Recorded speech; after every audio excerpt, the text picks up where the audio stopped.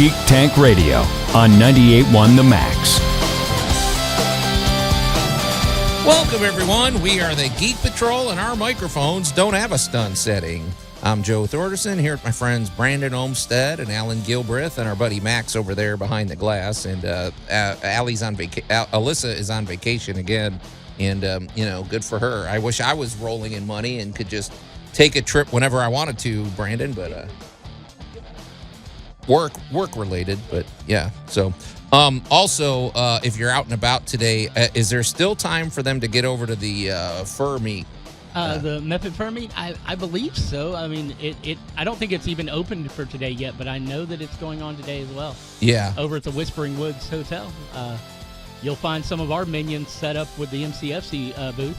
We should talk about that later in the show because I think, there's probably people new to geekdom that have heard of furries. Maybe they're not as well versed as I can't pretend I'm an expert, but Alan knows about these guys. I think what a lot of these folks who are new to geekdom, who are learning about furries, are unfortunately hearing about weird made-up stories in the Midwest that have been debunked 1,000 times. But not all of keeps them are saying made up. Some of them they have video evidence. Brandon, I hate to say the litter box in there is literally for a stray cat that roams that dang school. Well, there's good and bad in every fandom, but it feels like the furries are the more eccentric. They get a lot of brunt that they don't deserve. I mean, come on, they're nowhere near as bad as Rennies.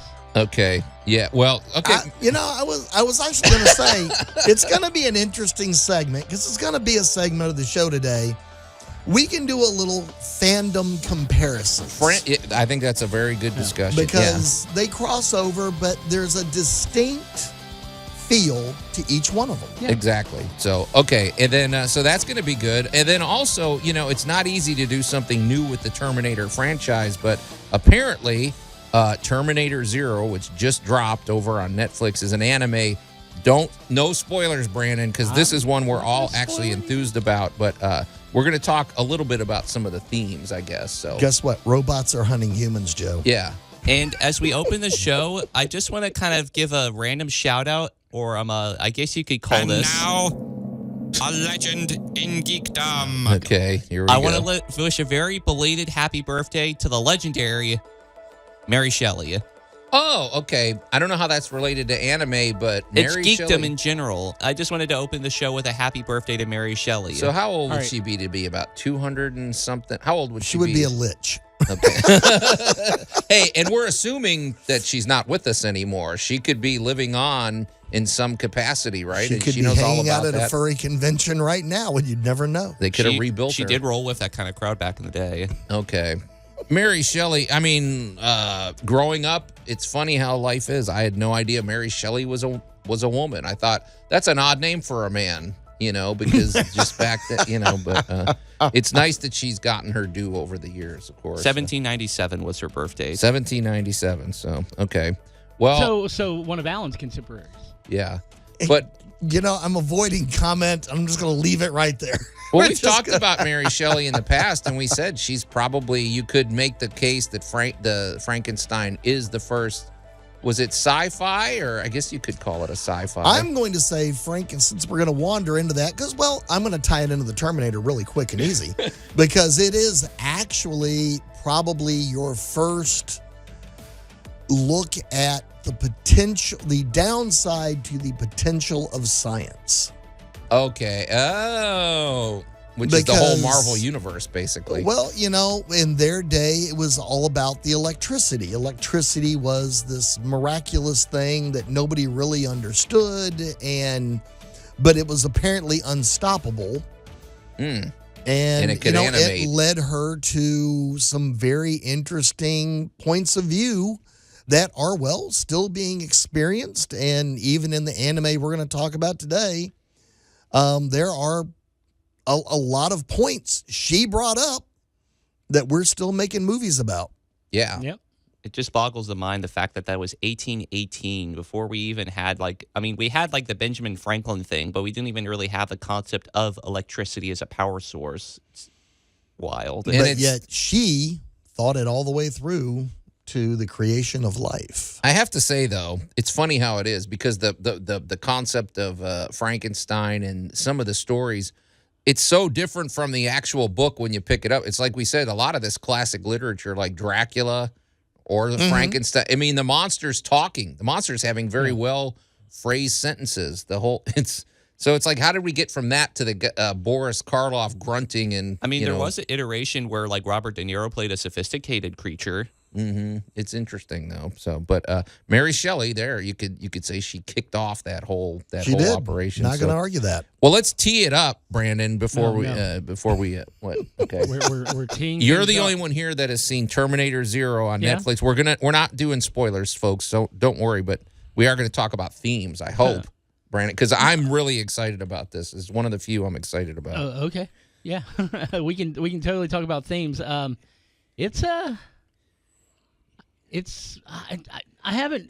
only watched the first 2 episodes so far, so I'm still kind of struggling with my own feel about this, whether I like it or not. Mm-hmm. But it is very much about the true arrogance of man. Oh, good. Yeah, I feel like There's I don't know if I've got enough time to get into it, Max. Do I for the segment? I'd say you have like about a minute and a half. Okay. The question is the main guy you meet in the beginning, Malcolm Lee, he has created an AI program to save us from what's coming, to save us from Judgment Day. And, of course, within the first episode, there's put forth the question, is humanity worth saving? Gosh, okay. His AI basically says, so you created a weapon to try and save you. Yeah. So you've just created another weapon. Is mankind even worth saving? Well, I don't know that I like that, but it's funny because one of the things it's we saw this in like the first season of the X-Men animated series on a childlike level when Master Mold literally says, you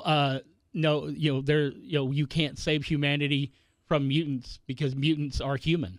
Well, one of the things that we've grown to love about anime is it's not just generic kind of goofy concepts. They always cut to the heart of the issue, and they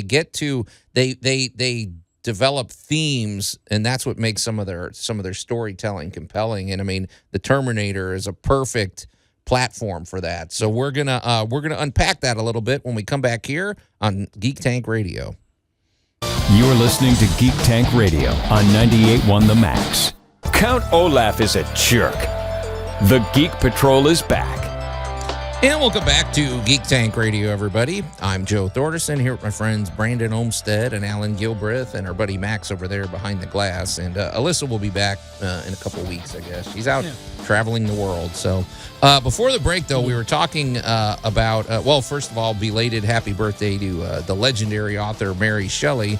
But we're not doing spoilers because all of us want to watch the show and then comment on it later. But Terminator Zero, which is a new anime that just dropped on Netflix. But Brandon, one of the things I want to frame this conversation, I just wanted to say is we all. I mean, I feel like we all. I know myself. I have a huge appreciation for anime and just the way it seems like a lot of their storytellers unpack stories. There's one that comes to mind is called Vinland Saga. It's all about Vikings. Another one that comes to mind is back in 2009, they made a Batman anime called Gotham Knights. And the thing about it that struck me is in Vinland Saga, we always hear about the Vikings. It's like they pillage, they rob, they rape. Well, they show you this. They show you get the emotions of what that would have been like. They really probe, okay, this isn't just some abstract thing. This is what it would have been like. And it's gripping and it's powerful. And that's what they seem to do really well. They probe human emotion, and they don't just gloss. They don't just say, "Well, there's these robots," and they go back in time and they change the past. They're showing you the emotional toll of this, and I feel like that's what they do well in their storytelling. So I thought you didn't want me to give any spoilers. I can't honestly respond to you right now. You can without talk giving things away. Well, Terminator All right. should be a horror movie, honestly, and they use violence judiciously, I would say, too. Yeah, I'll agree with that. Yeah, that's another thing they do well. They're also not very conservative with it. No. It's everywhere. Well, this robot would be killing indiscriminately. It's going to roll. Well, that's just it. Is in many cases the Terminator isn't killing indiscriminately. It has a target. Now, if you get in the way, it will remove you in many different ways, but it's not going to stop until it gets its target. Now I'm trying to ask a question without spoiler. Does this give us something new though? Like, are we seeing something we haven't seen in the Terminator universe? I guess There's more of a almost secular feeling to the Resistance in the future storylines. What does that mean? Like there's a prophet, and I don't mean spare change. I'm talking about there's a prophet that they follow who has basically they've come forth with word from on high on how they can stop this by going back in time. Interesting. If again, I mentioned X-Men earlier with the Master Mold storyline, but if you've ever been a fan of Cable, it's very much like Mother Ascani and the people who followed her, the ones who raised Cable to be a warrior of the future. There's very much that same feeling when you meet the Resistance, and I say it's in the future, but it's not. The future timeline in this takes place in 2022. Okay, careful. You're threading. Okay, No, you're getting close to spoilers. No, but because they literally lay this out at the very beginning of the first episode. Okay. You can't make it through the credits without knowing this already. And, of course, it calls back to Judgment Day, which is August 29th, 1997. Okay. Yeah, that's why they released it on August 29th, I suppose. So, yeah. Yeah. So, okay. Because I guess what struck me, like I said, I feel like they boil things down to fundamentals. Like I mentioned the Gotham Knights anime. It was basically, I think there were 6 anime shorts that they did about Batman. Well, Batman is a guy that dresses up in a bat suit, and they probe. And what is that? What is the psychology of that person? Let's be completely honest. It's Gotham Knights. It is very Batman centric. Those shorts are not about Batman. It's about the effect Batman has on others. There's one that's really good. It's all about. I think it's called Working Through the Pain, and it's all about. It really gives you a sense of what pain even means to Batman. It gives you what Batman does to Bruce Wayne. Right. But his experience is actually very relevant to all of it. I don't know. I'm going on and on. But, it's funny because over the last years, Violet Evergarden is hands down one of the best things I've ever just seen, period. And it's just this little anime. Vinland Saga, Max, I know you. And I mean, I have Icelandic roots, so those are my people. I'm not proud of it. No. They're pretty rotten people. So. Well, by certain stories. You see, a lot of the stories from there. As an Icelandic person, you would know. Sometimes that's what you do to survive. They weren't the only ones out there, and they were going up against others who were doing the exact same thing. It was kind of a eat or be eaten kind of world. Yeah, that's true. And we hear the stories of the Vikings not because of the fact that they were so much worse than anybody else. It was the fact that they were the ones to truly fear, because that's what you do with the group that is the winners in a situation like that. Because there's no genuine winners. Everybody's society, falters during one of those, like all-in, wars. We see it a lot in post-apocalyptic storylines, but those themes run through the stories we have of the Vikings, and especially like Eric the Red, things like that. Oh, yeah. Yeah. And they had good-looking ships. That might be, too. They have good-looking ships. And they were cunning because they named the wonderful, lush, green world of Iceland, and they told everybody to go to that frozen, desolate wasteland that was Greenland. Oh, yeah. Eric the Red was a jerk, man. He was the ultimate con man. Was like the world's first real estate hustle. Modern-day American politician. Yeah. Now, I will say this for the animation in this particular production. It's not tiresome. Some animes will make you eye tired. Yes. And you talk about all the hyperactivity and everything. Effects they're trying to get you to do, and the things leaping and moving about it. And this actually has a nice, realistic pace. Right. And it's clean, but it's not clean by today's modern anime standards. It feels very much like a late 90s anime with the animation. It's gritty and it's dark and it's all that stuff, but it's not an eye fatigue to watch some cartoon and some anime stuff is, let's face it, just the medium itself is a little hard to watch. Okay. Well, we're going to continue to discuss anime when we come back here on Geek Tank Radio. You're listening to Geek Tank Radio on 98.1 The Max.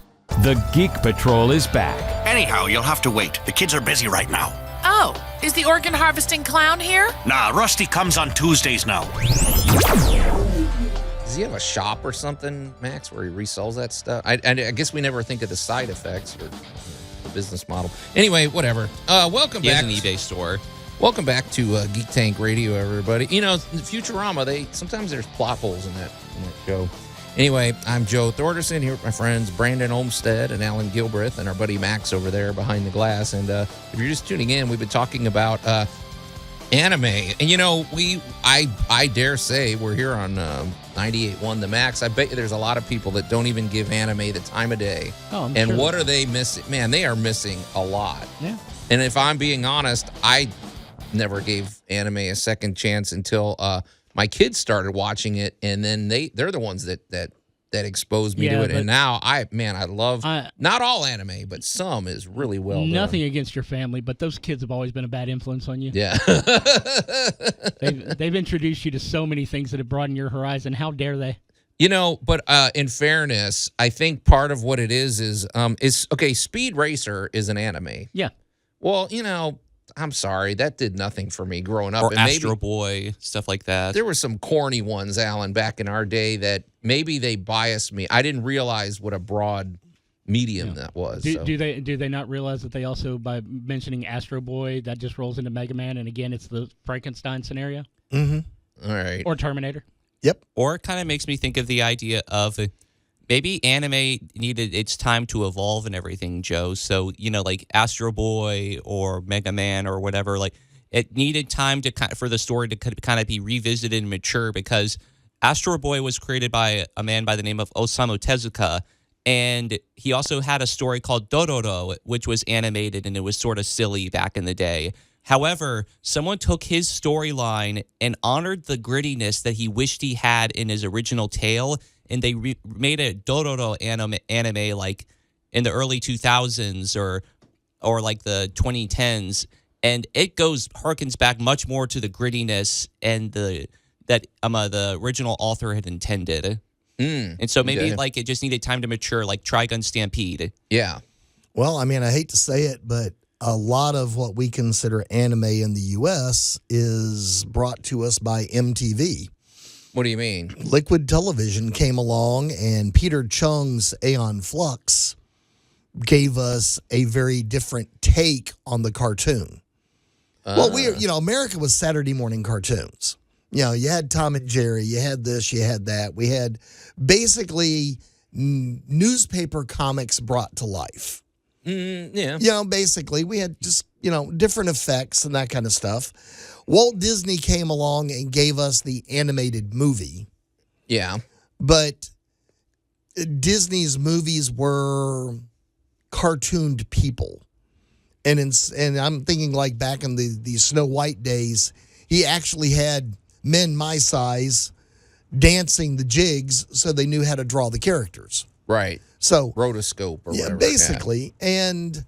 But here is this other version of anime which was rough and gritty, and I'm thinking of one of the very first ones that caught me was Reign the Conqueror. And it was all about Alexander the Great and really took a side dive into all the great mathematicians, the birth of the Ptolemy experience in Egypt. It took swipes at a broad spectrum of history in an anime method. And they even explored mathematical theory in a animated way, but it was all part of the story. So anime went different directions than a Bugs Bunny cartoon. Right. Although, I will freely admit, Bugs Bunny probably introduced a whole lot of people to classical music.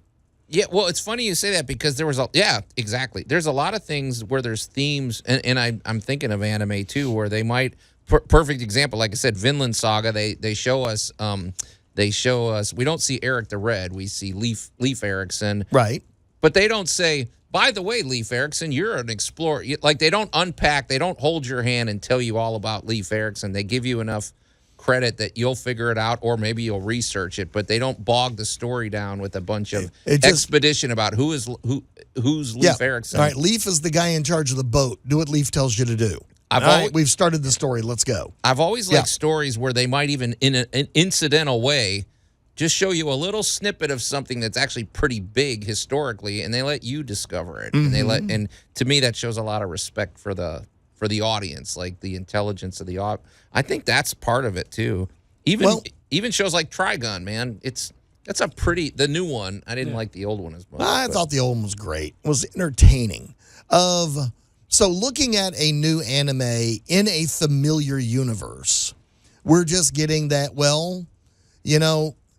the Terminator stories took place all over the world, not just in the very small segment we watched. Well, that's a good point for us. The Terminator is Judgment LA. Day was the entire world. Right. So who's to say there wasn't an African, an Asian, an Australian, a Canadian, everybody was defending themselves. So there are honestly millions of stories in that universe that have been touched on yet.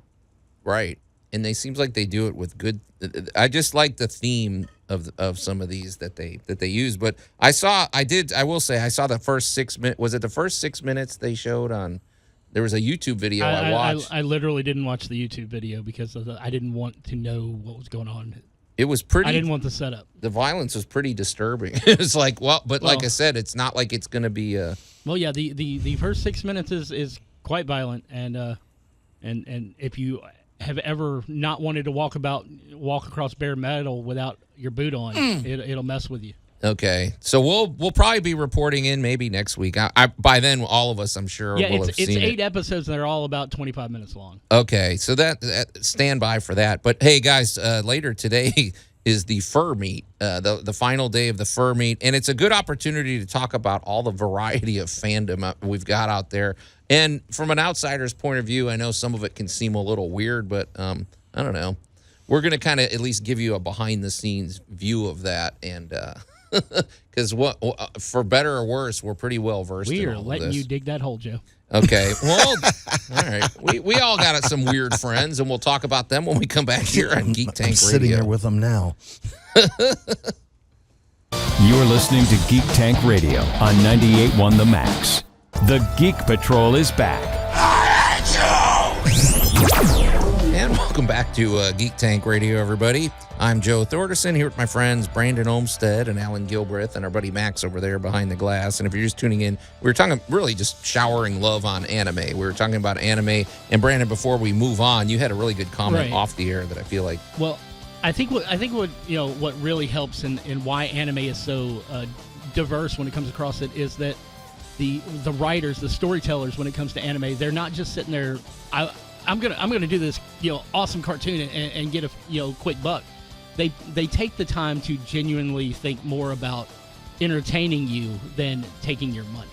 Yes. And what's great about it or is telling a compelling story, right? It's very much about putting out your feels, your full on your opus. And anime allow, especially in Japan where it's more accepted. For some reason, you put something in an animated form here in America, unless you are an anime fan, so many people just go, "Oh, that's for kids. It's a cartoon."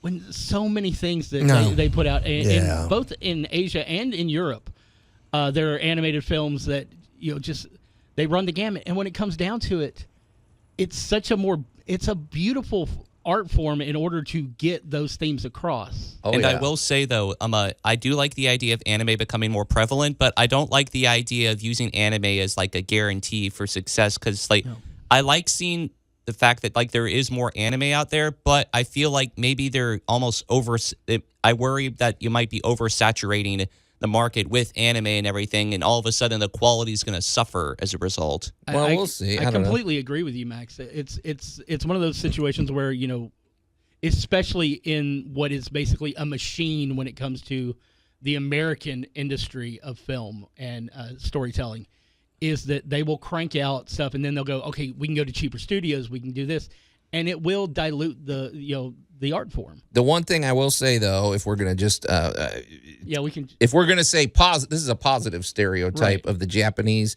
They're very proud of their craftsmanship, even the craftsmanship of their vehicles, the woodworking, everything they do, and I have to believe that's translates to craftsmanship and storytelling. So I feel like, I hope they're going to maintain that, so. And if you prove yourself, your fandom sticks with you. Yes. Which is why anime fans are so gung-ho, and you go to an anime convention, there's more energy there than almost any. Can we talk about how many times the fans of One Piece have had their hearts broken? Yeah. No. But speaking of fandom, very good transition, Alan.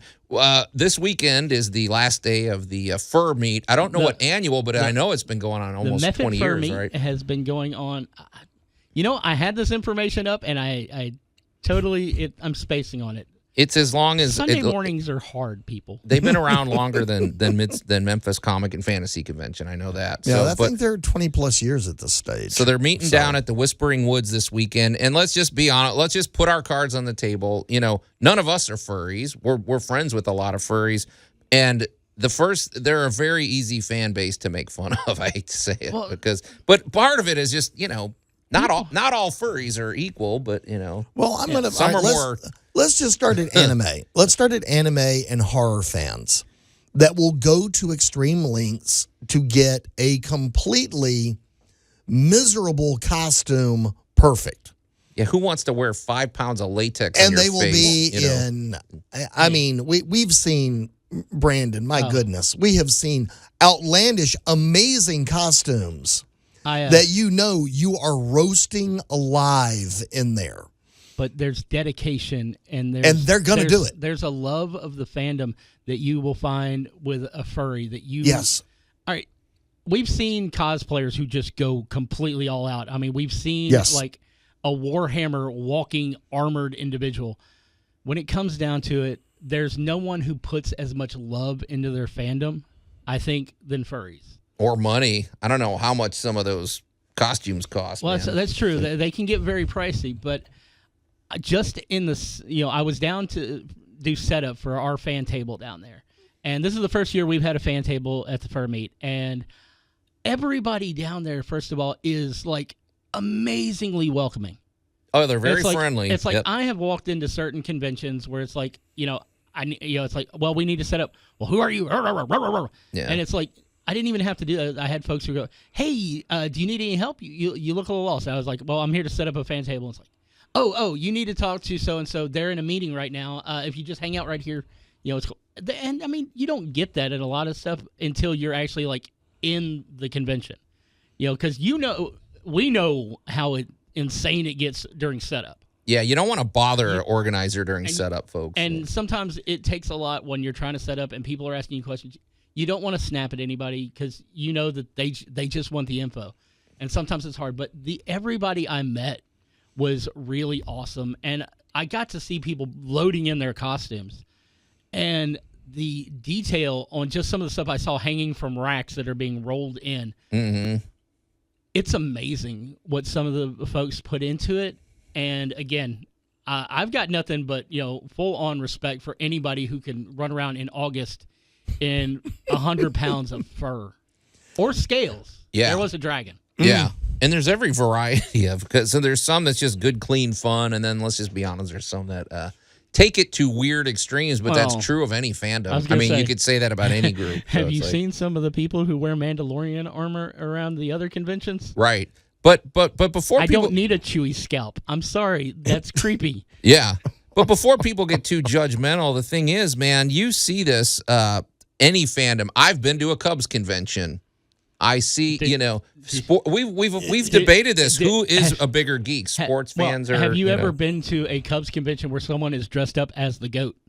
No, that would be pretty good. That Murphy the goat. I think Joe needs to be the first. But anyway, yeah, it's true. I mean, what's wrong with getting excited about stuff? Absolutely. Life you is enjoy short. it. It's one of those no harm, no foul. Right. As long as you're not hurting anybody, who cares if you want to dress up in August in a hot suit? Well, the thing is, fandom is fandom.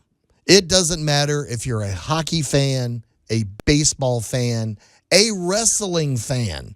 Oh, gosh. There's, I got a pay-per-view when I'm this weekend, calling man. somebody out, Bash staring in right Berlin at was him. this weekend. It was amazing. And, people wear the paint. They dress in the lucky shirt. They wear the socks that make the show.